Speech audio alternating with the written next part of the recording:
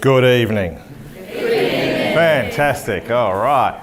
Wow. Well, I've learned some cool things already here in Boston. I've been in Boston for a few hours, and I was in Zurich this morning, and I can tell you that Bostonians today have been more friendly than Zurichans. I don't know if that's a general rule, but it's been great. Here's something I learnt about Boston. If you didn't know this, now you're about to know that the first 5 governors of Boston, Massachusetts were from Boston, Lincolnshire. So it is not apparently it is not a coincidence. Did anyone think it was a coincidence? But Boston, Massachusetts is named after you. Exactly. How cool is that? I've got a quiz too. You'll have to pay very special attention tonight because there is a prize for the winner of this competition, and the competition is to spot the Boston Barracudas. Whoa, Boston Barracudas. I'm going to leave that with you. An American football team. No, they are not an American football team, but I love the idea because they sound like it, right? Okay, cool. So I'm a pain scientist. I'm really happy to be taking part in this evening. I didn't come all the way from Australia for this evening, only for this evening, but I've done 2 other things. So I was in Zurich, as I said, and I've been at the European Pain Congress. So I was giving a talk at a conference in Valencia, all about pain. So 3,500 scientists and health professionals, and I will mention that a couple of times tonight because you might be very surprised to hear the conversations that are happening in that community at the moment about persistent pain. So I'm a pain scientist, so this is me. So in white letters down the bottom, this is your letters, right? So this is meant to be a way that you sort of say, I know what I'm talking about. I'm going to tell you what the letters mean. I'll start with this one here, PhD, so that means I've done a research degree to learn how to be a scientist. This one here, farms. My son thinks that's got something to do with farting, but it hasn't. It means that I am a fellow of the Australian Academy of Health and Medical Science. So that means that the Australian scientific community thinks that I know what I'm talking about. This means that I'm a fellow of the Australian College of Physiotherapists. So I'm a physiotherapist by background. That was my first degree, and I'm a proud physiotherapist. And one thing I love about being a physiotherapist is that we are trained highly in the musculoskeletal system, in anatomy and things like that. But we're allowed to talk and listen as well, which is sort of really cool. This means that I am a member of the Australian Physiotherapy Association. Honoured member. There's not many of them. I'm a fellow of the Faculty of Pain Medicine of the Australian and New Zealand College of Anaesthetists, but I'm not a medical doctor. I am an honorary of that. So that just means that they think I know what I'm talking about. And then I'll stop here. Doctor of Science means that the scientific community internationally decided, yes, you're good. So all of that is to convince anyone who's doubtful that I'm not making it up. All right, so I think that's important. The scientific community must be brutal in its opinions of each other because that's how science works. So my objectives tonight are to get you excited about what is now looking possible in the world of persistent pain. To raise the possibility, to get you to go away asking, well, what if there's a new possibility? And that if you go away with one thing, Sharon, one more thing after the Boston thing, and the Barracudas, which you'll learn about some stage, is to go away with the whispering in your own mind of hope and possibility. I'm not here to tell you a cure. That's not what I don't think there is a quick fix, rapid cure for persistent pain, but I think there is some really exciting stuff going on, and I just hope that you get a bit of that excitement tonight, because it is obviously exciting. And obviously, I won't mention that. So as you look at this, so this was a drawing by a fellow who did a lot of artwork for a book that I wrote with someone else. It's called Explain Pain. And we said to the artist to talk to some people who are living the experience of chronic pain and draw an idea of their environment. And he called this drawing the nightmare of choice. And I'd like you to look at that and see, do you recognise any of those parts of your own journey? Lots of health professionals telling you lots of different things, and this man's name, the artist man, name was Sunyata, and Sunyata drew that person on the left to try to capture the bewildering reality of all of the information that you receive when you're in pain from health professionals, and now from the internet, from your colleagues. It can be really, really overwhelming, and there is a nightmare of choice. So what I want to try and do is to not devalue all of that stuff, but to suggest to you that there's a common theme that is coming out across all of these fields that is saying the same thing. So the most common way that people take to deal with persistent pain, or even to try to prevent an acute pain episode going persistent. So this is back pain, or complex regional pain syndrome, or shoulder pain, any pain in your body really. One approach is to spend your time searching for the cause of your pain, usually searching for a single cause of your pain, and the cure for that cause. That's one approach. Another approach is you try to beat it. Ask yourself, can you relate to that? That you think, I'm going to soldier on and I'm going to beat this. And when people in pain tell that to me, if I'm in a clinical situation, so if I'm treating someone and they say, oh, I really want to beat it, I try to beat it, I reflect back to them, but you know that it's you, it's your body and brain that are making the pain, and it's your body and brain that are trying to beat it. It's going to be hard to get a winner in that scenario. The third common approach is this one, and I think that as health professionals and scientists we need to apologise at every opportunity, because this is a message that we have given for quite a long time. When you have persistent pain, you resign yourself to it, you do what you can to seek pain relief day by day, week by week. Often that's with medications or other strategies, and you slowly withdraw from your activities and your meaningful engagement with life. And sometimes people swap between these approaches.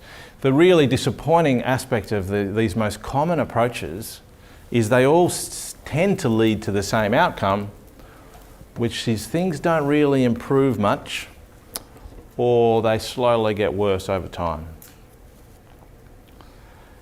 I want you to think about whether you fit into any of those three, or maybe you swap.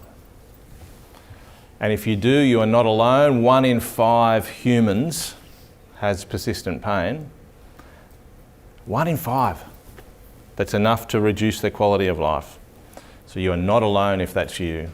And if you fit into one of these, you're in the majority. Most people fit into one of these approaches. Sunyata would draw it like this.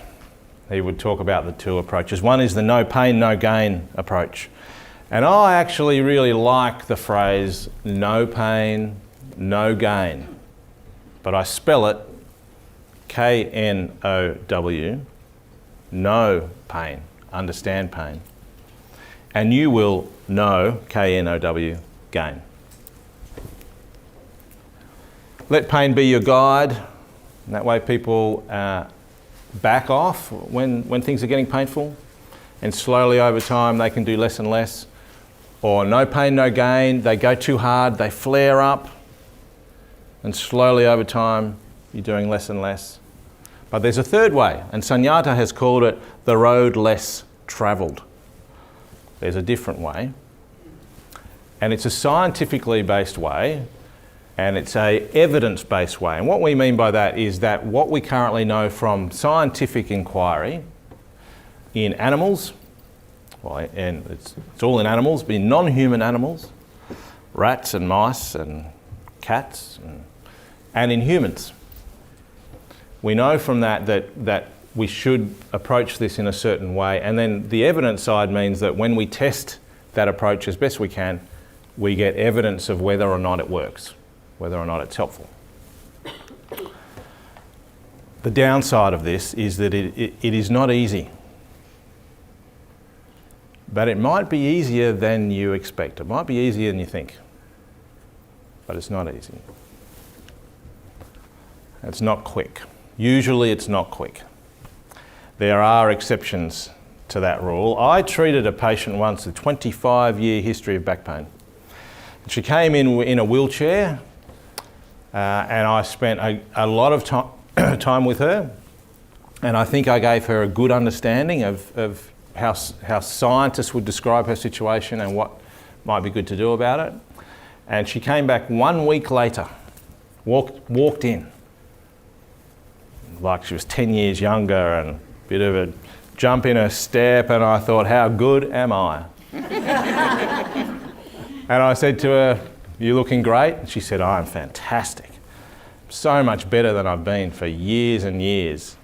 So then I sort of, leant back, did the overconfident man. Does anyone know the overconfident man? Yeah.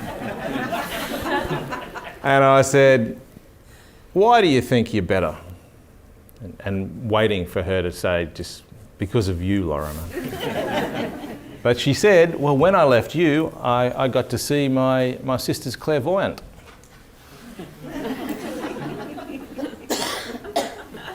And she attributed power to what this person had said. Now, I don't understand how that could have happened, except if we are able to embrace the power of one's own biology. Now, it would be fantastic if we could reproduce that in someone else, but I've never been able to reproduce that. So I think the evidence is very strong that for almost everyone, this won't be quick, but it might be quicker than you think.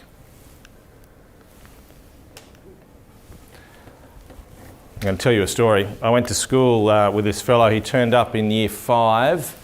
His name was Jason, and when he arrived, he looked a bit unusual, which is a recipe for being bullied, right? A new kid in the school. And he was bullied until he showed us his party trick. He had this amazing party trick where he would charge you money to jump on his hand. So he would put his hand on the tar on the playground, and you would pay $5 for a jump. Don't laugh, don't laugh. And $10 for a jump from a seat, from a little chair. So I saved up my money for a $10 jump. And I still remember this. You know the things you can remember as though they are yesterday? And I can tell you it was a lot longer ago than yesterday when I was in year 5 at school. And I remember jumping on this boy's hand, and he did not flinch. He didn't respond at all. But I could feel when I landed that I broke something. And I felt sick in my stomach. And his hand became swollen and immediately bruised. And he was not suffering at all. For all I could tell, he had no pain in response to that. And I remember going home that day, and my mum would always ask me, "How was your day?" And I burst into tears, very distressed at the damage that I had caused Jason. He left the school not long after that, and I found out a few years later that he died because he was born without danger detectors in the tissues of his body. So he had no pain. His brain had not learnt how to produce pain.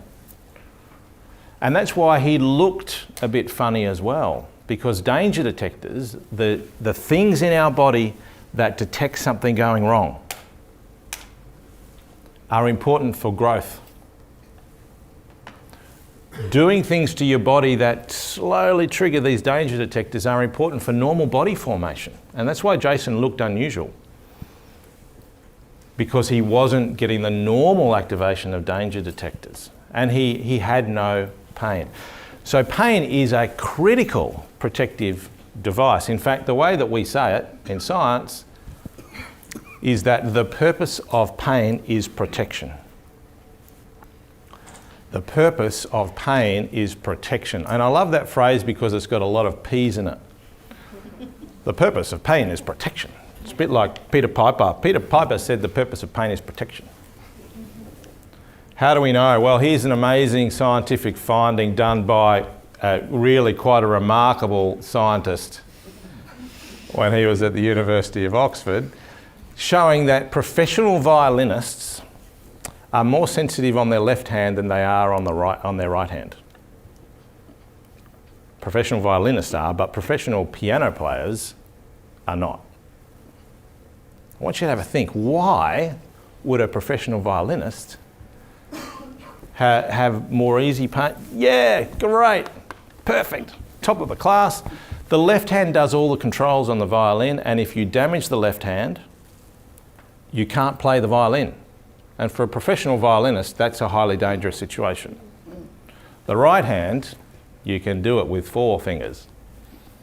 That's how scientists make sense of that finding. Piano players, it's the same in both hands. Saxophone, it's the same in both hands. That's because the purpose of pain is protection. It stops you injuring. It doesn't tell you you have injured. And hopefully some of you, when you heard that, thought, what? That can't be true. So I'll say it again. Pain stops you from being injured. It doesn't tell you when you have been injured. Now, this doesn't mean that injuries don't hurt. We know injuries hurt. But the reason that injuries hurt is because you want it to heal. You want it to heal. So you want to stop putting load through it. You want to stop pressuring the tissue while it heals. Has anyone ever twisted their ankle? Raise your hand if you've twisted your ankle. Good. I can see that most of you have raised your hands. You're a normal group of people. Excellent. Your twisted ankle stops hurting way before it's back to normal, physically, in the tissues. And that's because the pain of a twisted ankle is to protect you. And when the brain realises, okay, it's safe to walk, it's safe to stand still, it might even be safe to run, then you don't get any pain on those activities. When you're pushing it a bit in your rehabilitation, you might get a bit of pain when you're running faster. And that just tells you, okay, you need to back off a bit. Exactly. Perfect. We do this experiment in the laboratory. It's a really fun experiment to do. People come in, otherwise normal people, they put their finger in our special finger clamping device. And we turn up the pressure, or they turn up the pressure until it hurts 2 out of 10. And then we take them out, and then their friend turns up the device to exactly the same pressure, but it hurts more. It always hurts more. Same pressure. Then we get in the new research student who comes in, and I say, I'm just going to get the research student to turn up the pressure. They put their finger in, and we get some people experiencing such intense pain that they withdraw from the experiment. But it's exactly the same pressure. So the difference in these scenarios, so this is the amount of pain on there that they report. None of these things are causing an injury, so there's no injury happening. And it's exactly the same pressure on the finger, but very different pain ratings. What's different here? The event at the finger is the same, but the risk is different. So pain is about perceived risk to your body. So it's important what's happening in your body, that's important, but it's not the only thing. There are many back pains Okay, raise your hand if you've ever had back pain. Raise your hand if you've ever had back pain that is so brutal you feel sick. Raise your hand if it's been so brutal and sick and is distressing and you're wondering if maybe you've done something catastrophic. About 80% of people who would say that, we cannot find a cause of injury or evidence of injury with really sophisticated tests. But we know that we're in brutal pain. That's me, I've been in that situation. Unbelievable pain. The fact that we can't find an injury doesn't mean we don't have the pain, because we know we've got the pain, right? There are other back pains that feel the same with clear injury, with a clear mechanism of injury, like a car accident, like picking up a box that's a lot heavier than you expected it to be, like all sorts of mechanisms. And then when we do the right investigations, we can see an injury, not what we often see on those scans, which are just things that happen in the course of life. The difference here, the injury is different. So before the tissue was the same, but the pain was different. Now the injury is different, but the pain is the same. And we can have maximal pain before injury because that makes sense, because the purpose of pain is protection. It's trying to protect you. Worse and worse and worse injury, and then look at what happens when things get truly catastrophic for your tissues. Life-threatening injury. Has anyone ever heard the story of the man who got his hand caught in 2 rocks in the USA and had to cut his own hand off? He was in a catastrophic situation, pain-free. And the first time he described his experience, he described it did not hurt, except when he cut through a nerve with a little, I think it was like a little Leatherman pocket knife. And he said, when I cut through the nerve, I had a jolt of pain. He didn't realise that he cut through 3 nerves. There are 3 nerves there, but he didn't realise the other 2. He only had the pain then. And then slowly over time, his story has become a bit different. Yeah, I had the pain, but I ignored it. And these sort of things are a lot more difficult to explain from science. It's very easy to explain why that could be pain-free, because it's about the brain producing a feeling for you. Why, if you're in a catastrophic situation, why make your arm hurt when you'll die if you look after your arm? So don't produce that. The brain is always looking out for the advantage. So we talk about pain providing a protective buffer for us, because the purpose of pain is protection, not detection of damage. And that was the Lord.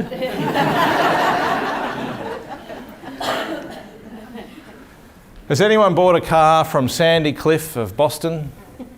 Anyone? Yay, all right. I really hope that you didn't get ripped off. Was it a lemon? Is Sandy Cliff of Boston still around? No, it was a long time ago. Perfect. Okay, here comes the chance for someone to win a prize. Speedway team. Speedway team called? Boston Barracudas. Boston Barracudas, the prize winner. We'll make sure. What's your name? Glenys. Glenys. Now, which of these Boston Barracudas did you go out with, Glenys? Unfortunately. Glenys just said all of them. What's the Fantastic. Glenys, what was that? prize? What's the prize? Oh, Glenys will get a special book from me to you with love. Do you come and talk to me before you go searching out the Boston Barracudas? The Boston Barracudas were a speedway team, right? They were for many years. Yeah, and sufficiently famous to be on Wikipedia. That's famous. Well done, Glenys. We've got to make sure Glenys gets a prize. We'll have to work out how to do that. I didn't expect anyone to win it. I used to go and watch them in the 70s. Oh, perfect. Okay, so 70s, really? Yeah, as long ago as that. Man, you know, as an Australian, we always get envious of people who live in the Northern Hemisphere because you all look 10 years younger than we do at the same age. I looked 42 when I was about 22, and I stayed looking 42 until I was 42, and then I'm slowly going up again, you know. I think I look about my age now, but what do you think? Like I'm... 23.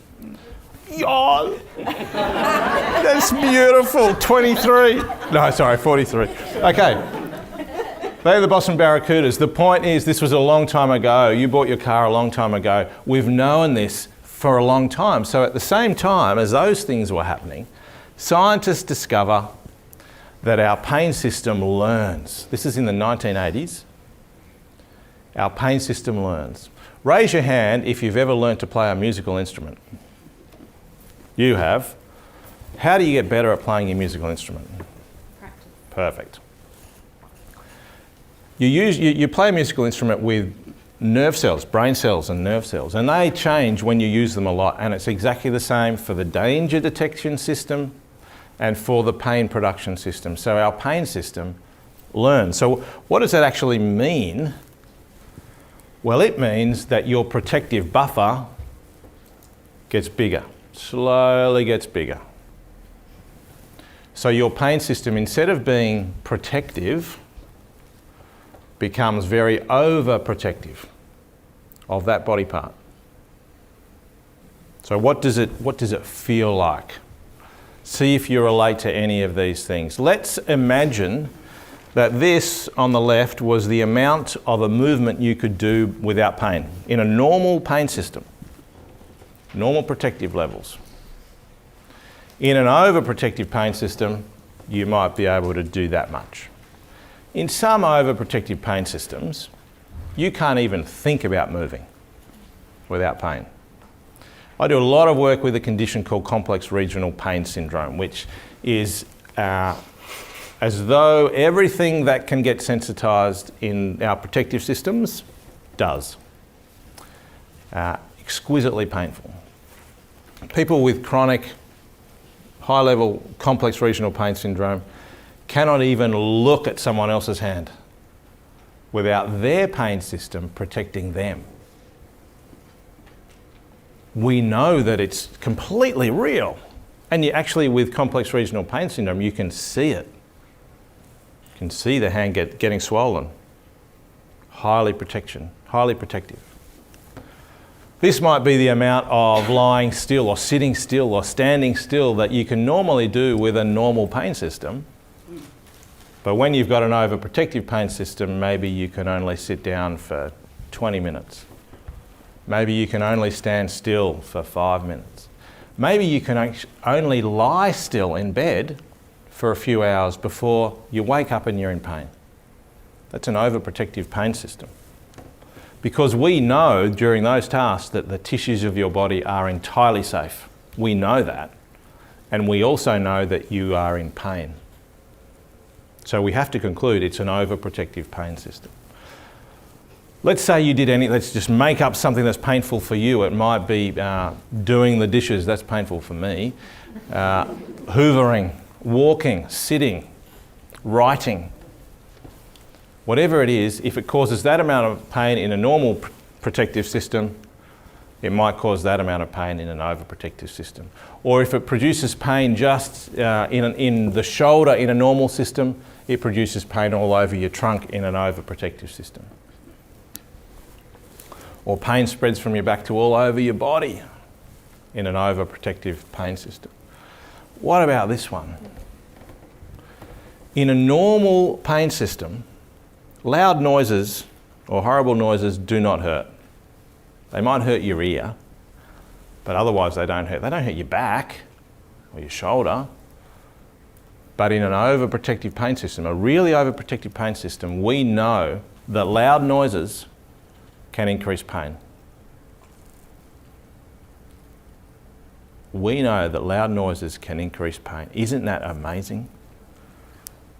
That is at once terrifying and so beautiful. If you had to design an organism to protect itself, you'd design it to be able to do that if the stakes were high enough. The bad news is that this makes for a very unpleasant life, often. What about the pain caused by stress? Normally, in a perfectly normal pain or protective system, stress does not hurt. It causes stress. But in an overprotective pain system, stress now causes pain. Anyone relate to that? Fear can cause pain. We now get protective systems into a situation where interest rates go up. And we notice in our data just a tiny little increase in pain reports. We need 1,000 people to detect that. It's tiny. But it makes total sense if your brain is looking out for you to protect you. This is the 1990s, so there were 3 really important world events in the 1990s, quite a long time ago. One was Nelson Mandela got out of jail in South Africa. Really important event in the world. Another was the Berlin Wall came down in the 1990s, quite a long time ago, but the most important event in the 1990s was the filming of Robin Hood, Prince of Thieves, starring Kevin Costner. Filmed quite close to here. Did you know that? Very close. I think some of it was filmed in Lincolnshire. Major world event. The point is, what was that? Robin Hood came from Nottinghamshire. Yeah, that's not far, is it? No, 60 miles or so. 60 miles. Hey, my neighbours live 60 miles away. So at the same time, quite a long time ago, scientists discover, and this is the big kahuna, everything matters when it comes to pain. In fact, everything matters when it comes to anything we feel. The brain is so sophisticated, it takes into consideration things you don't know that it's doing. The things that you know, that you don't know, that you know. You know? So, look at this. I want you to look at the square up the top with A in it and the square with B in it. And I want you to raise your hand if when you look at this, square A looks darker than square B. Okay, you're all fairly normal, neurologically intact people. Well done. But I'm going to move those squares over to the side and you have a look at what happens when I do that. There they go. And when they get over into the white, they're clearly exactly the same. I'll go back now. So now that you know that, can you see them any differently? No. You can't, right? That's because your brain is in charge, not you. But look at what happens. Now, if you've got neck pain and you don't want to do this, don't do it. But otherwise, if everyone can tilt their head that way so that you can look at this on the side, so you're a little bit over on the side, nothing changes. You could actually stand on your head and it would still look like this. Because your brain is doing things that you don't know that it's doing based on information available to it that is not available to you. That's in vision. In pain, the impact of these things all depends on whether or not it says you need protecting. So if you read the top one in your mind as I read it, anything that suggests you need protecting takes pain up. Anything that suggests you don't takes pain down. We know that when people who have hurt their back get a scan on their back and read the report, they're going to do less well than if they never read the report, regardless of everything else.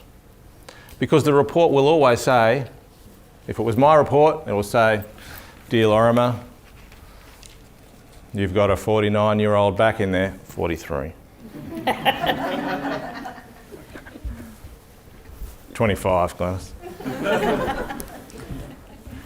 The information we get in reports is usually information that says to the brain, protect. So one of the things that my research group does is try to convince radiologists, the people who read the scans, to write things more accurately, like saying, "You've got a 49-year-old back," not saying, "These are all the ways your back is no longer 15. These are all the problems with your back." Here's an experiment. I did this experiment when I lived in the UK. This is the hand of the beautiful Anna, with whom I share my life. She's got nice hands, don't you think? Yeah. She was once asked in a shopping centre, someone stopped her and said, "Oh, have you ever thought about being a hand model?" And she was so chuffed by that, she put her hand out and said, "Why?" And the lady turned her hand over and said, "Oh no, you've got freckles." Freckles, like, oh, she had a mole on the back of her hand or something like that. She was devastated. Anyway, if this was a very cold piece of metal on the back of her hand, we can put that on there, but we can also show them a red light. These are normal people. We show them a red light, which means stuff. It means hot and danger. Or we can show them a blue light, and then we ask them how much it hurts. And if they saw the red light instead of the blue light, exactly the same thing hurts more, because the purpose of pain is protection. And there's more information saying protect when it's red. If you look carefully, you can see people like this. And this person here, see them? They're idiots. Point number 3, learning works both ways. So if you can relate to the idea that the pain system can become overprotective, hopefully you can relate to the possibility that it can be trained back again. I want to say that again because that's the most exciting discovery in our field. That if you can relate to the idea that the pain system can become overprotective, then hopefully you can relate to the idea that it can be trained back again. This is a scientific graph. Bear with me, okay? I'm going to talk you through it one bit at a time. On the left is a pain rating. The blue dot here is the answer to a question, rate your pain over the last 2 days. And the average of this 1,407 people is just over 5. So you might be able to relate to that. Average pain over the last 2 days, 5 out of 10. This is their pain, it's actually about a month later and then over time. This is the average pain for some of the people. So bear with me here, this is important. This is what happened to pain ratings over a year with the people who rethunk pain, who changed their understanding of pain from a marker of the state of the tissues, a level of damage, or one of those 3 approaches I spoke about, to a protective device that has become overprotective with learning in the system. And they were able to really flip the understanding of that. So that's a really exciting finding. The other finding that's really important for people like me is that it only happened in half the people. The other half didn't change their understanding of pain. So it tells people like me, we need to do a better job. Health professionals the world over need to be better at giving you this understanding. Because when you get this understanding, truly remarkable outcomes become possible. But getting the understanding is difficult. One of the most exciting conversations that we've had, Carolyn, is this okay for me to talk to them about learning? Is Carolyn explaining to me that she just loves learning and she went and devoured everything she could. And as a health professional, I think, you're perfect. That's exactly what we need to be able to inspire in people in pain.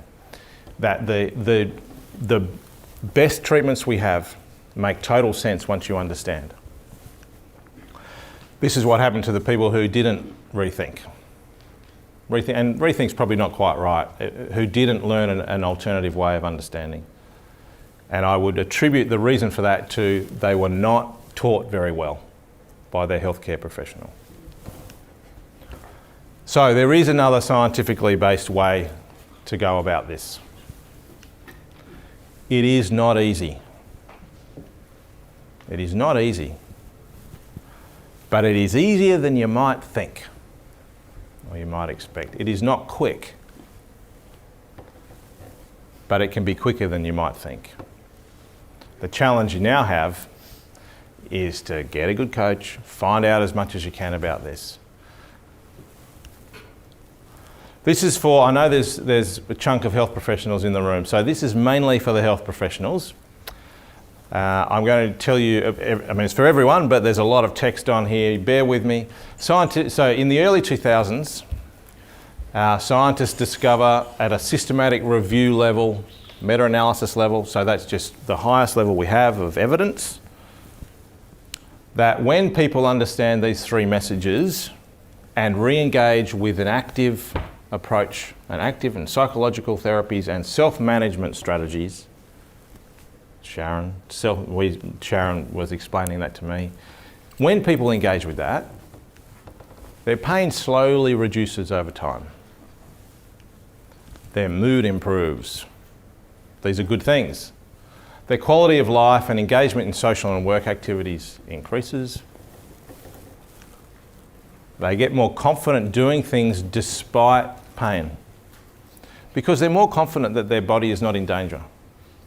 And doing things despite pain, not massive flare-ups, but doing it in the safety and knowledge that your system's being protected is helpful. And this is the one where we don't have, for the health professional, we don't have empirical data to support this statement. We've only got patient report data, which is still useful, but they get a new sense of what might be possible once they undergo those changes. So, who agrees with what I've said? So, who agrees with this? I'm not asking you. I'm telling you. These people agree with the statement that the best treatments we have are active and psychological therapies, self-management skills, and the only way they make sense is if we rethink pain, because old models of pain, it doesn't make sense to do that stuff. And even if you try to do that stuff while you don't understand modern pain science, your brain is not getting tricked. So then you're in that sort of, I'm going to try and beat it approach. Here are some organisations. So these organisations are in the UK. They're the people who decide guideline treatment, how should we treat. The British Pain Society, the World Representation of Physiotherapy, the World Representation of Pain, the European Representation of Pain. In my country, the Australian Pain Society, the physios, the physicians. So it's not just me, these are the official statements of these organisations. So the take-home message is, and this is the tagline of Pain Revolution in Australia, and is on the t-shirts, I reckon. Number one, rethink pain. Without rethinking pain, the best treatments we have seem like absolute nonsense. So if the best treatments we have seem like nonsense to you, then you've got a good reason to learn as much as you can about pain. Re-engage your brain and body, because bioplasticity, or it would be better for me to write, because learning works both ways. Re-engage your brain and body because learning works both ways. Remember that the purpose of pain is protection. Our pain system learns. Learning works both ways, and everything matters. And if you can take away one thing tonight, take away that Denise was in love with the Boston Barracudas. Okay, take away another thing, take away one of those. 2 if you can, 3 would be amazing. That's science as it stands. Pain Revolution in Australia, if you wanted to learn more about our health promotion activities in Australia and you typed in Pain Revolution into Google, you'd probably find us, painrevolution.org. So I would like to repeat what Steve said at the beginning. So what we're going to do now is that each of these people will give you a short introduction on themselves, why they think they're here, a bit of their story, and then we will open up to questions. It is really important in questions that you acknowledge that this is not a clinical encounter. This is not an opportunity to have a really specific question about your situation, more general questions, because it would be irresponsible for any of the health professionals in the room to try to engage as though it's an appointment sort of thing. So if that's happening, I'll probably step in and be as kind as I can to say, well, let's leave that one, or I'll try to get a more general version of the question out. But let's start with you, Tim. You have the floor. Okay, thank you very much. I'm here, I suppose, because as a patient in a private capacity, I have suffered for the last 20 odd years with a condition called psoriatic arthropathy, which means I get increasingly severe joint pain and periods of total immobility. And because of that, I've been on quite a high pain management regime, taking ever stronger doses of quite nasty sort of opioid painkillers. But I'm also, to go back to what Lorimer was saying, very curious. Started reading around the subject a few months ago, and became fascinated by the fact that there were certain things happening that I couldn't really explain. There were certain tolerances that I suppose should have expected. The drugs weren't working quite as effectively as they did when I started taking them, but other things were working as well, if not better. So I've pursued sort of alternative pain management regimes over the last few months on an experimental basis. Purely personally, purely anecdotally, I can tell you that a good swim in the sea, probably because it just freezes you if you go off the Skegness coast, makes you forget about just about anything. But of course, swimming is a very good exercise anyway.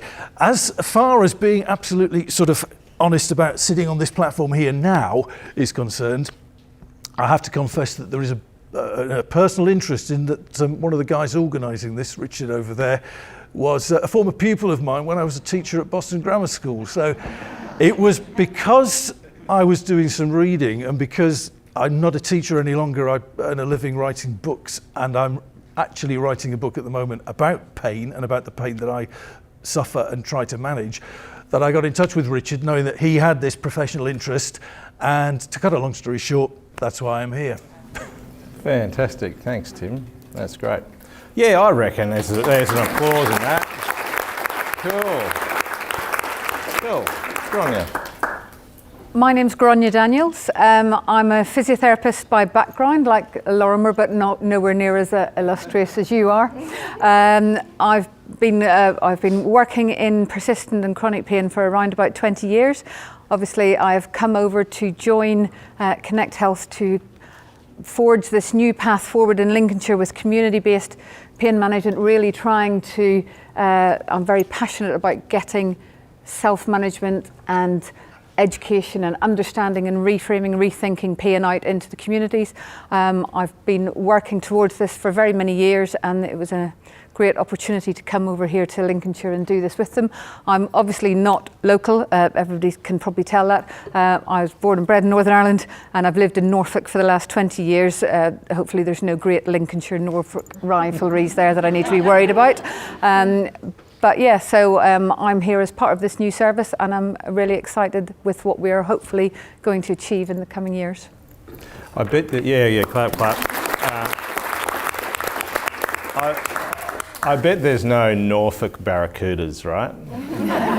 There's the Kingsland Stars. Oh, okay. Is that in Norfolk? It's in Norfolk. Ooh. And there's the Peterborough Hampers in Cambridge. You just know the speedway, man. That's great. Carolyn. You have to excuse me reading from here. I'm not a professional, so this is all quite new to me. And to ensure that I got across what I wanted to say, I've written it down. So I hope you bear with me. My name's Carolyn, and I live in Skegness. I'm here as a service user after having a referral for pain relief at the pain management clinic. I have lived with pain for many years caused by spina bifida occulta with arthritis, which I now have in my fingers, wrists and shoulders. I've been invited today to talk about my experience with GP and hospitals in getting my pain assessed, etc. When I first went to my GP about my back, I was offered physio to strengthen my muscles, which I attended. I was referred to the MSK clinic where I had a scan, and the consultant told me I had this condition. In the past, I had done a 12-week CBT, which is cognitive behavioural therapy, course through the local mental health team for anxiety and depression. I tried Pilates and Tai Chi to try and keep myself supple. Again, I did lose interest as they did not appear to relieve my pain.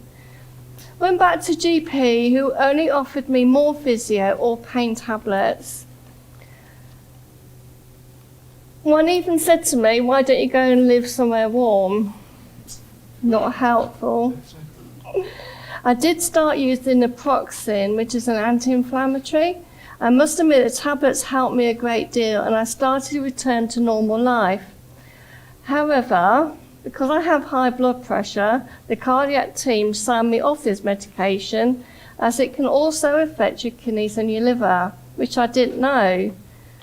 I'd stopped various activities for fear of being in pain, like my art, holidays, walking, even social events, in case there was nowhere to sit or the seating was not right.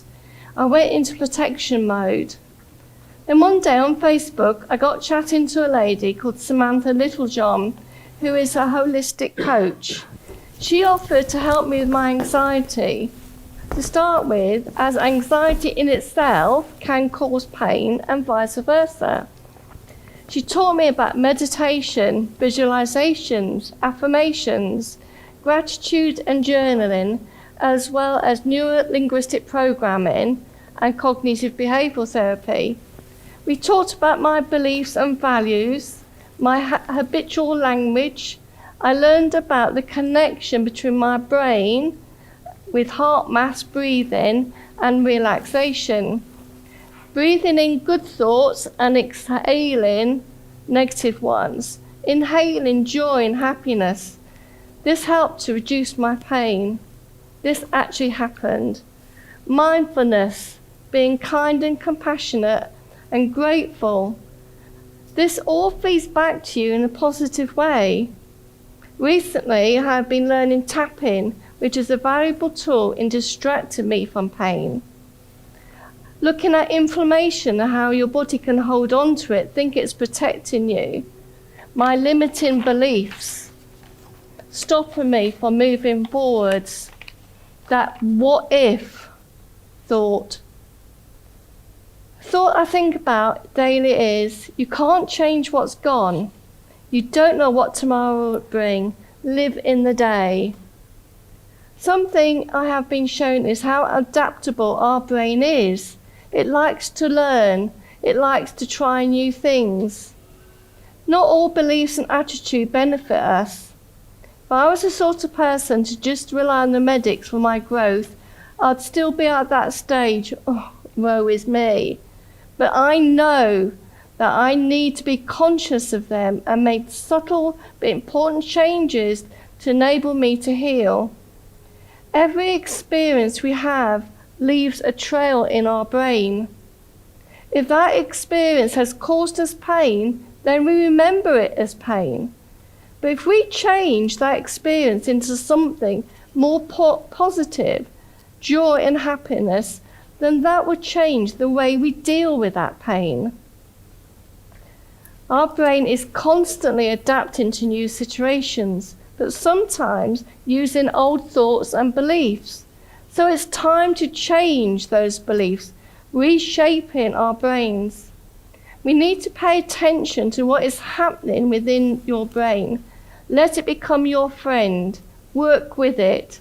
It's not hardwired. It loves to learn and alter your behavior.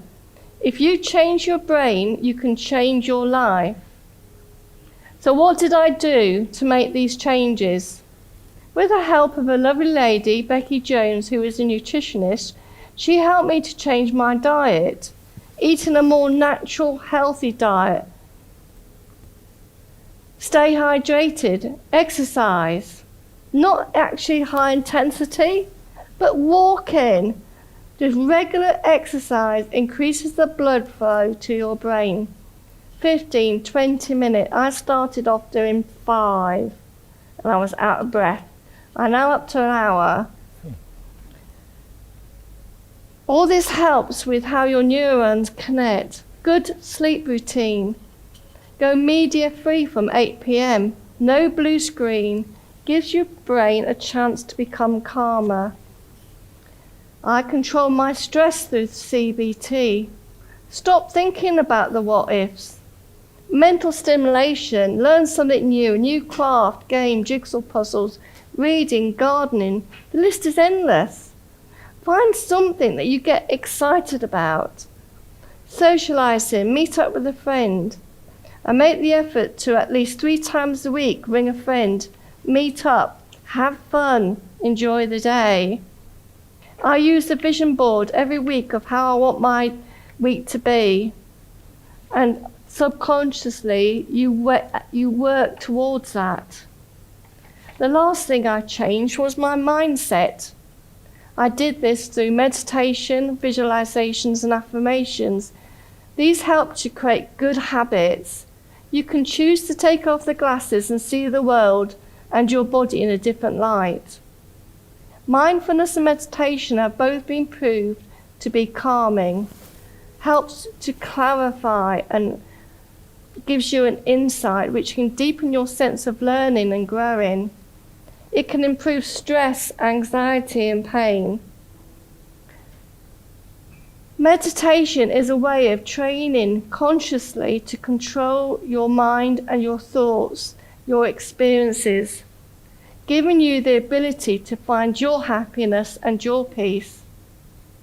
Scans can actually see the benefit of these practices. We glow in those areas of the frontal cortex when using these practices regularly. Visualize yourself walking upright, no pain, dancing with no pain, going about everyday life in no pain. It really can decrease your need for medication. Affirmation is a positive statement, written down, said in your head. It's affirming your behavior for the day. Change your negative self-talk into positive talk. Be responsible for your own health. Be accountable. The medics can only point you in the right direction, then it's up to you to make the journey. I believe that we undervalue our brain. We are lazy about it, not giving it the nourishment it needs to help us. I hopefully have brought my body and brain working together to help me live the life I want to. It's not easy, it's not quick, but my goodness me, it is effective. And it is long term. Be consistent and give yourself a break.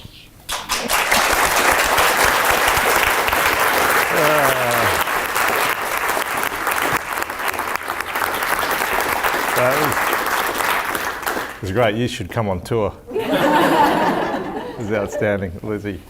Hi there, my name's Dr. Lizzie Doher and I'm a clinical psychologist working in the Links Pain service and one of the clinical leads for psychology within the service.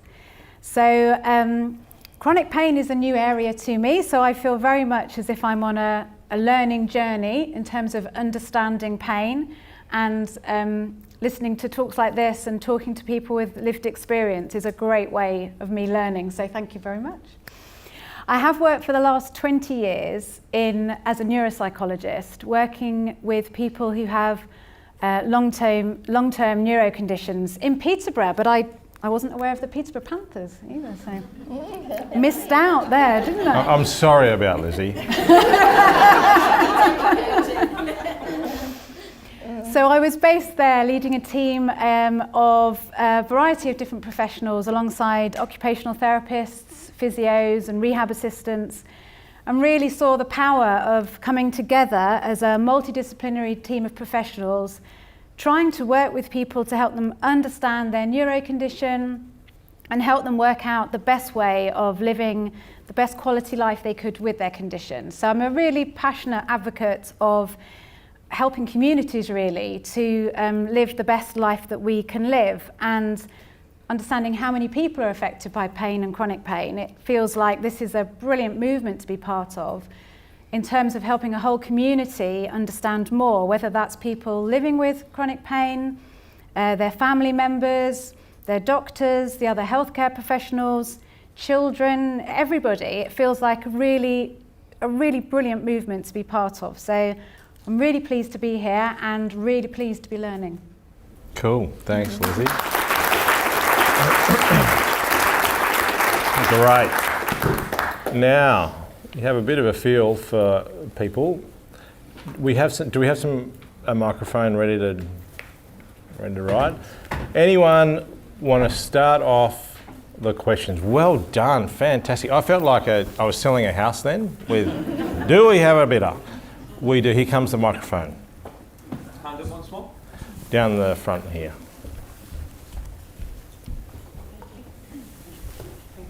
Are we on? Yeah. You mentioned 1 in 5 people in the world have persistent pain, and one of the slides said 43% of UK population, of Lincolnshire people live with chronic pain. So is that right? There's double the normal number in Lincolnshire, and does anybody have any thoughts about why that might be? Gráinne, are you informed about those numbers, or do we need to flick that over to someone? That I wouldn't be surprised. I think that's consistent with what I've heard. There are different jurisdictions in Australia that there'd be that much difference. So in rural Australia, it's 1 in 3. Steve, do you know? I know there's stats. Or Richard's got his hand up as well. I can do it without a microphone. I think the stats was that one of the stats on when we were arriving before Lorimer started. So there's an organisation called the GSNA, the Joint Strategic. It compiles data from local authorities. I think the stat there was around people living with a chronic musculoskeletal condition. Right. So Okay. Which would likely be pain. So there is an overlap, but it's measuring a slightly different thing, but very relevant. Yeah. So it's probably not that high. Yeah. It's probably. I'd guess 30. I'm guessing.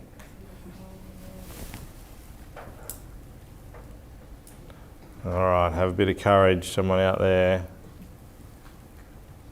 Yes, good work over there. It's quite hard to see people from up here, isn't it? Are any of the panel aware of the effect of laughter on pain and how you can use it to manage pain? Uh-huh. Yes, I mean, it is something. I read a fascinating book on just that subject a few months ago, and it also included the frankly mind-boggling conclusion that swearing is also incredibly good for pain. You know, it's not just the automatic reflex of saying something when you hit your thumb with a hammer. It actually measurably has a very beneficial effect on the levels of pain that people feel. But yeah, I'm all for it. I'm Absolutely. actually a laughter yoga leader, and 2 years ago I could barely walk. And Tell us more about that. Well, I show people how to use laughter and breathing exercises to manage pain and anxiety.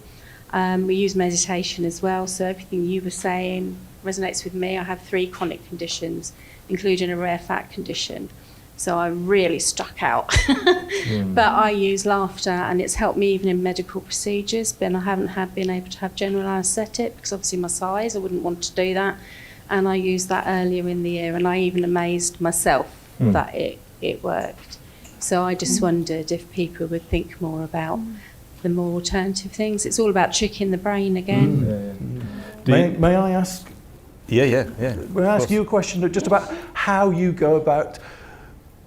If manufacturing is not the right word, I apologise, but how you go about generating that laughter? Because that's the bit that I get the Fawlty Towers DVDs out and There's no need for humour, and the brain doesn't know the difference between fake laughter and real laughter. So if you just laugh, and Really? we do proper belly laughing, so Fake it to make it. everything moves. Yeah. Right. And if you're with a group of people and there's eye contact, it becomes real laughter very quickly. There's very rarely any fake laughter in a session. Have you considered doing? So it's called laughter yoga. It's called laughter yoga. That's the actual movement and who we've been trained by. Have you considered doing swearing yoga? I don't know. I don't know if it would be quite the same. I think I could be quite good at it. So. Why not? That's fantastic. So if people wanted to learn more about laughter yoga, could they type something into Google? If they put in the laughter locker in, they'll find me. The And if they laughter put locker. laughter yoga into Google, you will find There you people go. around and about that do it in different areas. Check it out. I wonder as well whether partly, it's really interesting to hear your experience with it, and it sounds lovely. I think, quite nice to have some more laughter going on in the world. But I also wonder whether that actually, partly that's tapping into like that soothing system within our brain, that affiliation, being close to other people, feeling connected, and that actually we know that stimulating that system in the brain is just a really good thing for us. It takes us out of that kind of fight and flight and threat kind of system and into a kind of more comfortable system. And I know there is some, I don't know about laughter, but I know there's something about stimulating the system through things like humming. Yeah, singing, we do humming, gargling. we do singing, we do a little bit of Yeah. movement. So you're stimulating laughing, that you use yoga breathing, and then you get parasympathetic system. Yeah. meditation at the end that kind of gets people grounded. Yeah, great. And if I can just interrupt, hi Tess, didn't know you was going to be here. Can everyone hear me? We actually invited Tess to come to the care home, and we did an interactive session of laughter yoga with people that have quite advanced dementia and physical health problems. And laughter is contagious. It started off all feeling a little bit embarrassed, but at the end of the 45 minutes, we were literally pads in knickers because we was wetting ourselves. So, as I say, I didn't realise Tess was going to be here, but a big advocate, and yeah, do Cool. find laughter yoga. It's very good. Cool, For the body thanks. and the mind. Thanks, guys. Thanks, Tess. If I just think that sounds cool, and if I was to take a brain scientist hat on it, it totally fits with that idea that the brain, anything that tells the brain to protect will increase pain, and anything tells the brain not to will decrease it. And it makes total sense that we would have ingrained systems that laughter is a safety cue. And that we're creating our own safety cues and giving it to others. It's totally, that effect that you're describing, Tess, is totally predictable based on bioscience. It's cool. Well done. Really well done. Yeah, hi, down there. You're calling it the pain revolution. What is your actual plan? I mean, I'm training to be a mindfulness teacher. I'm here in a different format, but obviously it's a real interest to me. And at the moment, I'm doing an 8-week, as part of my development, I'm doing an 8-week pain mindfulness session each day, 2 a day. Through there's two main authors, I think, that are quite. It's called Pain something or other. I can't remember it. But I just wondered what your plans actually are. And obviously, you're talking about do mindfulness, do meditation, take self-care. You've come to the end. What is the actual plan? I'm just interested as to how it's going to actually roll out. Are you going to be having people be prescribed mindfulness meditations? Are you going to, what? Yeah, cool. Yeah, I can respond to that really quickly from my perspective as an Australian, and what we're doing with Pain Revolution in Australia. I probably can't answer that for how that will be expressed here, but I can give a bit of context that will inform that. So in Australia, Pain Revolution is something that we started about 3 years ago or 4 years ago, and our vision is that every Australian will have knowledge, skills, and access to local resources to prevent and overcome persistent pain. And the motivation for it is that clinical guidelines are the things that, as you would know, put pressure downwards on health professionals to treat in a certain way. And those guidelines have said for 15 years that the best treatments we have are active and psychological therapy, so mindfulness is one of those, self-management strategies. Education is the first one. And everywhere that there are these guidelines around the world say, first thing is education, active and psychological therapies and self-management. That's been 15 years, and unfortunately our research shows that there's only a slightly greater likelihood that someone will receive that care than there was 20 years ago, which is a tragedy. So Pain Revolution was established to try and get bottom-up pressure on clinicians where consumers turn up asking for high value, we call it high value care, so asking for these things. So really trying to get a grassroots movement, so community engagement. And in Australia we have many strategies that we're using.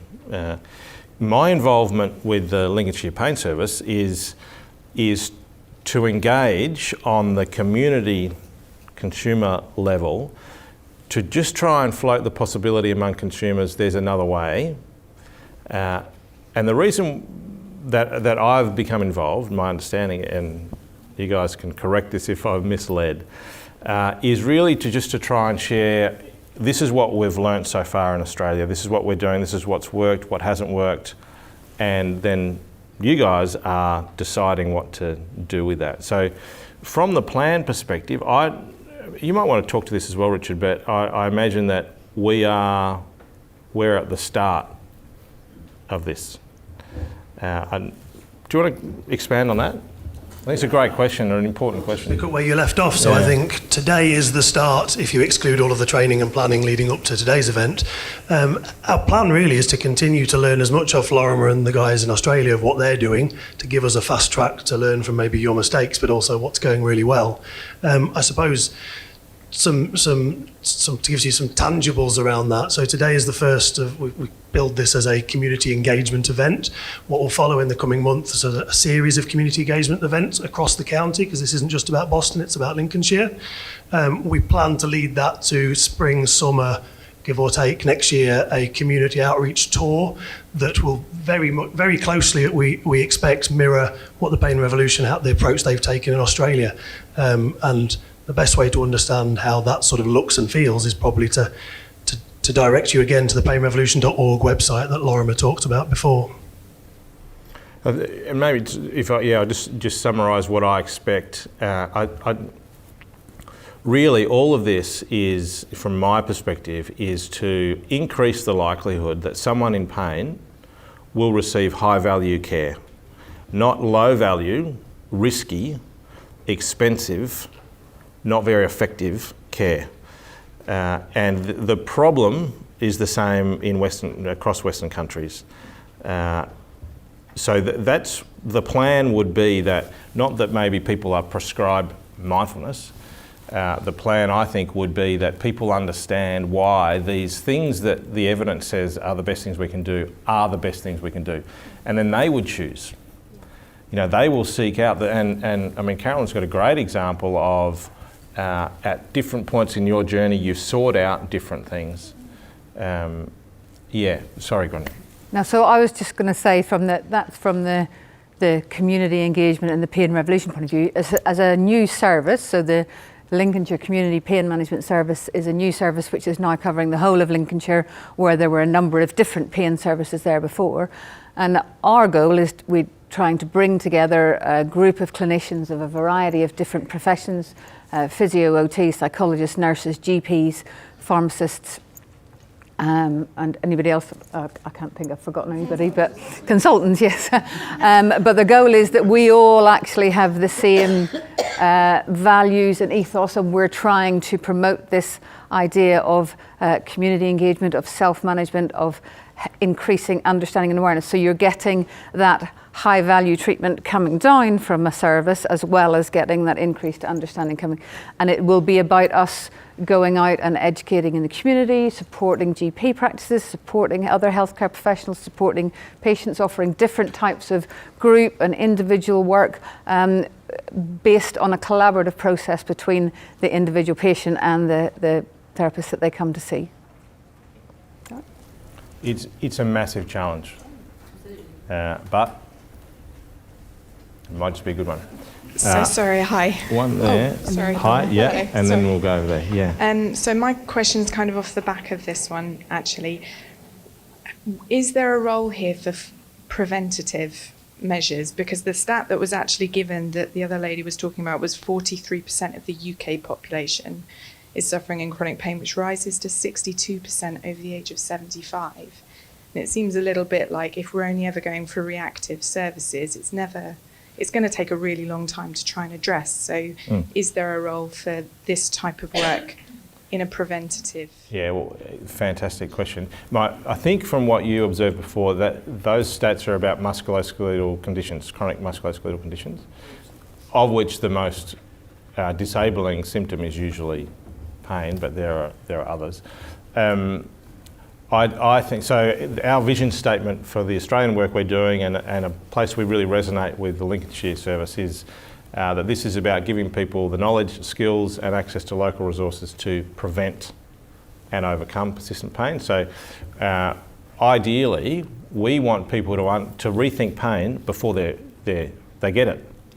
That would be the ultimate outcome. So that my vision, and for the health professionals in the room, imagine this: that someone has an acute episode of pain. It's a back pain, or it's twisted ankle, or aches, and they turn up understanding modern pain science.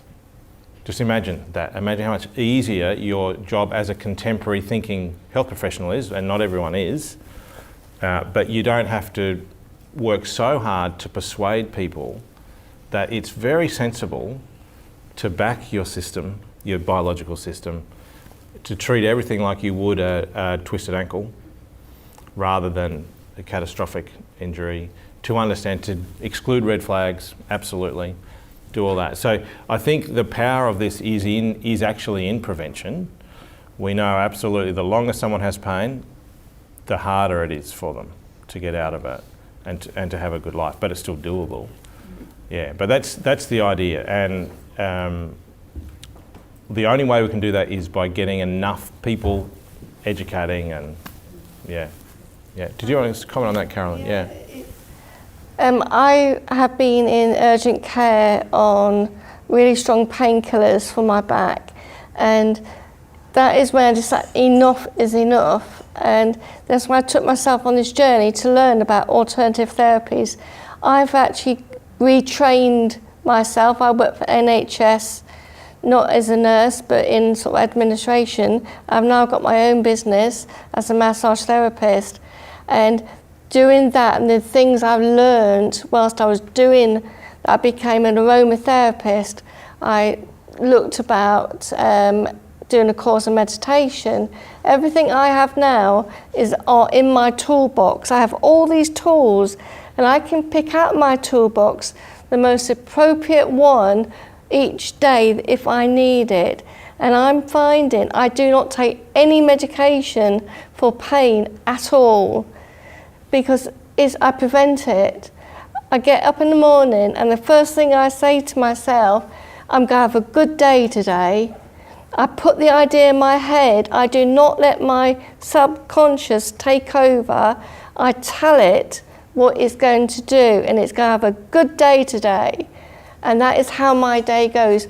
Once you've set that in your head, once you've done that mindset, you automatically will aim towards it without realising it.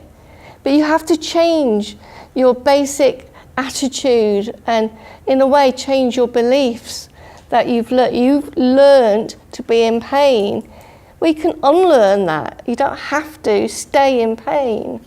I think one of the really powerful things that I think when I listen to you, Carolyn, is that you've been able to look really far and wide for things that are not risky and that are helpful, and sometimes they're helpful and sometimes they're not.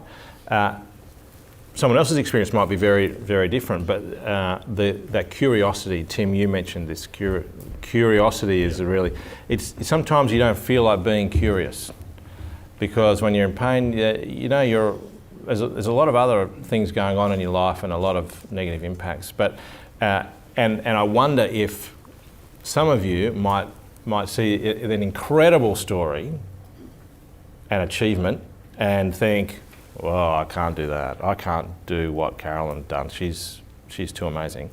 I would encourage you to say that, Carol, I would bet that there are times in your journey, maybe a long time ago, when you wouldn't have been up here saying this stuff. So that's been a slow journey for her, and other people might find different strategies. The thing that keeps coming out over and over in our investigation of the big population in research is that the critical change that has to happen is that you have to rethink things and learn about how to do these things and how to take this journey. I would just, I think I'm echoing your point, but I would just make maybe a slightly different point, which is that I think it's about patients taking some sort of responsibility or control back from the one-way street that I feel that I've been on. I mean, that's a bit unfair, because going back 20 years to my initial diagnosis, I got a lot of good advice, but the pain management advice was non-existent. It was simply turning up the dial